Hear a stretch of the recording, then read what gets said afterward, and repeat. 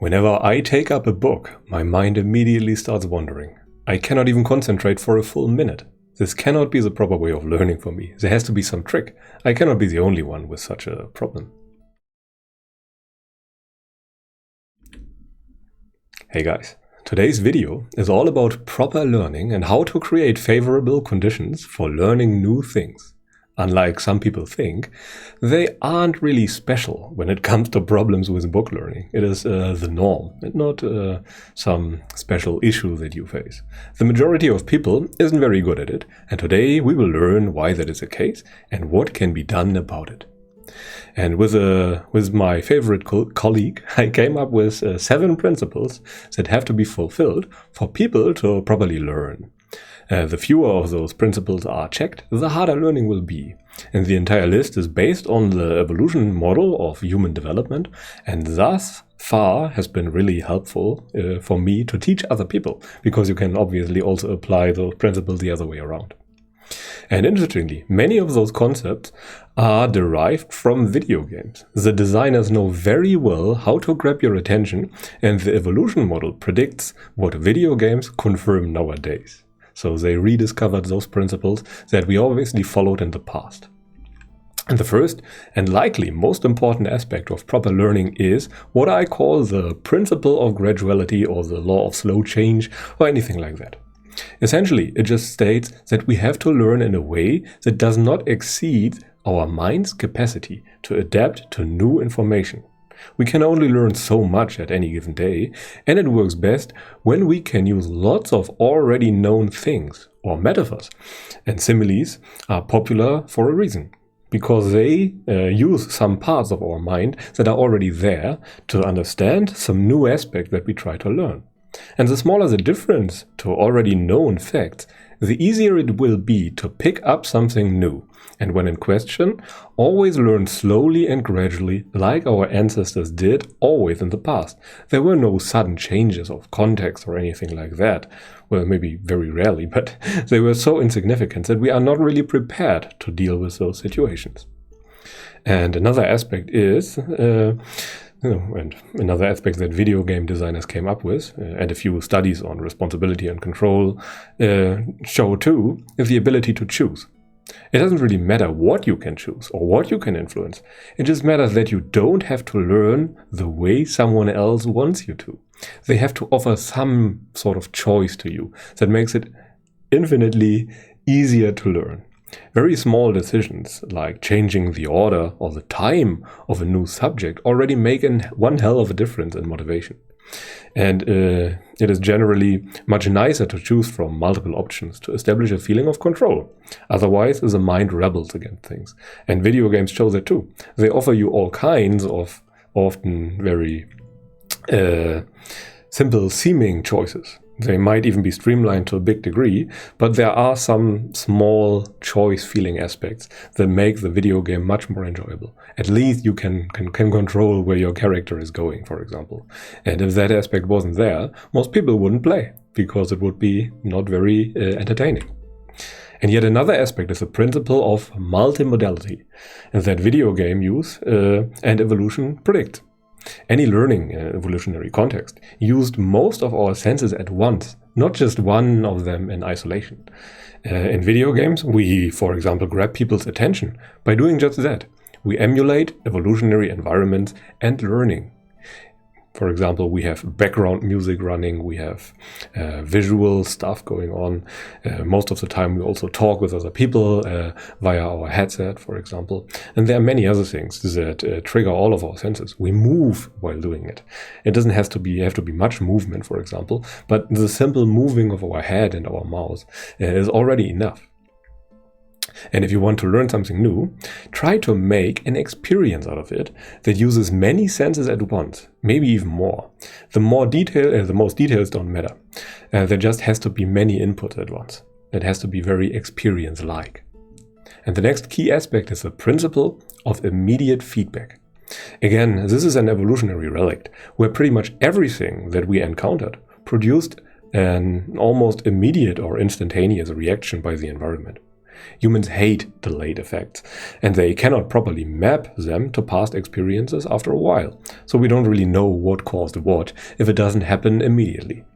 When you can, try to ask questions immediately, or learn in a way that doesn't leave many questions unanswered. Video games can confirm that prediction too, because everything or most things we do in video games has no real delayed effect. Every button we press has an immediate effect.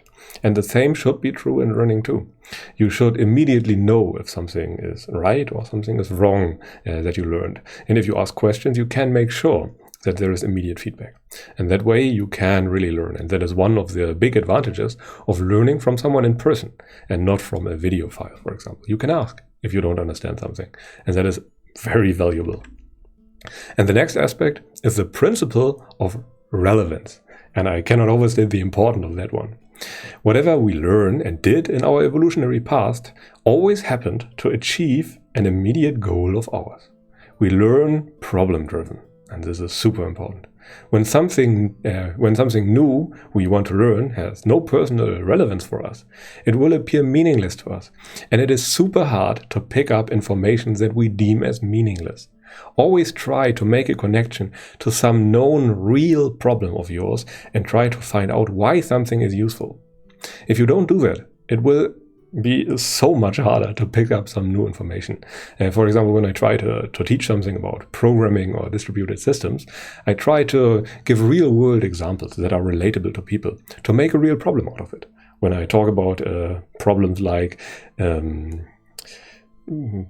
problems with scalability of computer systems, for example, then I make a World of Warcraft metaphor out of it and tell people, well, how many people do you think can play World of Warcraft at once in one zone, and why is it? And things like that. To make it relatable, to make a problem out of it that matters to the people that are listening to what I have to say. And the next aspect is the principle of timeliness. You could compare this aspect with side quests versus real quests in video games. When there is a timer running in the background, you have to do something immediately and cannot postpone it. There's a reason why we say that a deadline is the best motivation out there, and that is also the reason why the SMART goal principle adopted this point too. If you have to do something right now, you will do it. You will find a solution. Humans are very, very good at that. If they make something about survival, for example, then they will do great. And a deadline emulates that situation quite well. For example, if there is an exam, you will suddenly learn for the exam because you have to. There's no way around it. And this is a very important principle too. And lastly, try to use our human social inclination to your advantage. I call this the principle of social accountability or imitation learning.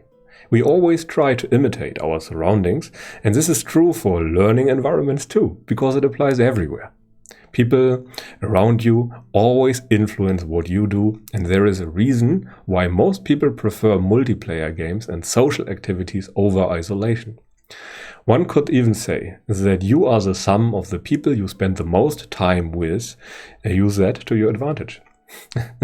And it is very important to choose good people to be around. If you imitate good people, you will become better. If you imitate bad people, you will become worse. The principle works in both directions. But it is very important to try and learn with other people, and not just in isolation. Most people will have made some experience with that too. Isolation learning on your own is very hard, while doing it in a group is much more enjoyable. And with all that information in mind, I feel obligated to point out that there are both individual and gender-specific differences, for example, even if that is an unpopular topic nowadays. Boys and girls do indeed learn differently, and most of those principles apply to both genders. That's why and how I chose them. That said, the movement aspect of learning is pretty important for men, but many women can do without that. That said, women often need group accountability and social aspects more than men. In the end, find out what works best for you. That is always a true statement, so you might as well go by that one. But it is good to keep those differences in mind, otherwise you might be surprised why other people don't behave the way you would think they should. It is also important to mention that we do not really know why we have to behave like that. We only know that it works. Those are empirical rules. We have no real clue. We have ideas why they work. And that is one of the problems with evolutionary systems and neural networks or things like that in general. We know that they do something, but we don't know why. We do know that it works in a certain way. And that is fine for most practical purposes. Explanations for this are great, but black box observations are pragmatic tools and they work, and thus we can really use them to our advantage. And I personally was very early drawn to video games, like most of my peers at my age really were.